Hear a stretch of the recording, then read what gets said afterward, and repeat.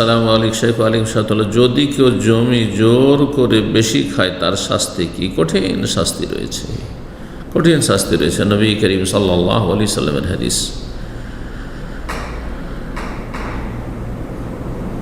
যেই ব্যক্তি কোনো মানুষের, কোনো মুসলিমের ধন সম্পদ আত্মসাৎ করে বেঈমানি করবে, তাওয়াকাহুল্লাহু সাবআ আরদিন, আল্লাহ রাব্বুল আলামিন তার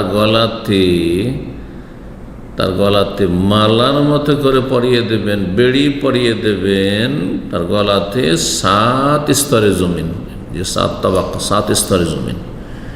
এই জমিনকে গলা থেকে কী করে উঠাবেন আপনি? একটু জমি ওপরে বাহ্যিক দৃষ্টিতে একটু আধা জমি আপনি দখল করেছেন বা আপনি আইল চেপেছেন, কিন্তু 7 স্তরের জমিন সমস্ত আপনার গলাতে জড়িয়ে দেওয়া হবে বেড়ি করে, আর সেটা কখনো বহন করতে পারবেন না, জাহান্নামে জ্বলতে থাকবেন।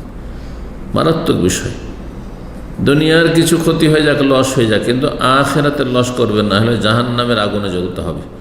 ওয়াত্তাকুন নার আল্লাতী উইদ্দাত লিল কাফিরিন, আল্লাহ বলছে জাহান্নামের আগুন থেকে বাঁচো, যা মূলত কাফেরদের জন্য তৈরি করা হয়েছে। হে মুসলিম, তোমরা জমি জায়গায় বেঈমানি করে আর হারাম কাজ করে, হারাম জীবনযাপন করে কেন কাফেরদের সাথে জাহান্নামে থাকবে?